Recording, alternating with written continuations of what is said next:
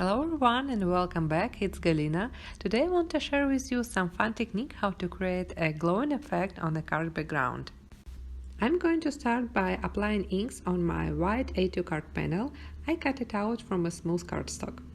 I'm going to use Kaleido Color ink from Tsukineko. I love this ink pad because I have few different shades of each ink in one pad. And this pad called Caribbean Sea, and it includes some different shades of blue and teal colors.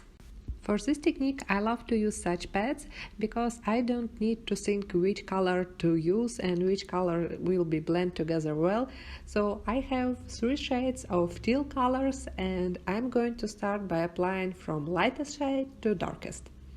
I'm applying the lightest shade in the center with circular motion, and I'm applying each ink with a blender brush from Studio Katia. After I applied my lightest shade, I'm going to apply my medium color, and this time I'm applying it from edge to center.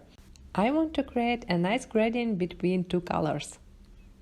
Next I'm going to apply my darkest teal color, and again I'm applying it only on edges, and I'm blending to those colors just a little bit because I want to save each color on my card panel. And because I will have a lot of shades on my edges, it will create that beautiful glowing effect.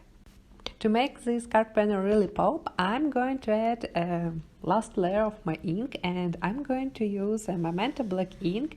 Usually I'm using this ink for stamping, but today I'm going to blend it on my card panel. I don't use a black color for ink blending a lot, so I don't have a blending brush for this color, so I'm using my regular Tim Holtz sponge to apply the ink on a card panel. I left my card panel for a few minutes just to make sure my all inks are dried. And I'm adding a lot of baby powder on the card panel to remove some stiffness and static from the paper. It's a very important step before heat embossing. I'm going to heat emboss this beautiful floral image, and I'm going to use a stamp called Floral Garden from Studio Katia. It's a quite large stamp, and I prefer to use my working surface to stamp such images. I'm placing my stamp on a glass mat from Tim Holtz, and I'm going to cover the wall stamp with VersaMark clear ink. It's a special ink for heat embossing, it will stay sticky for some time. Next I take my card panel and I'm going to flip it over and cover the stamp. Next I'm placing a piece of copy paper and I'm going to press it well with my fingers. After that I'm carefully removing the copy paper, and here's my card background with floral image. You probably can see well it because the ink is clear. But wait a little bit for magic. And now I want to cover the panel with my heat embossing powder. I'm going to use a fine detail gold embossing powder from Ranger. For such delicate images I recommend to use a fine detail powder. I removed extra powder from my card panel and now I'm going to melt it with my heat gun. After I'm done with heat embossing, I'm going to clean the card panel with my cleaning cloth because I need to remove that all extra baby powder on the card panel. Here is close-up of my finished card background. It's so shiny and bright and I'm just in love with this glowing effect on the card panel. Next I cut out a small banner from a gold glitter cardstock and I used half-striped cover plate die set. It includes 2 dies and today I'm going to use only this small banner die. For this card I'm going to create a triple sentiment, and I'm using a few sentiment stamps from Petunia trimming stamp set, and I'm going to stamp them at once. I'm placing them in the center of my banner and I'm going to lift them up with a clear acrylic block.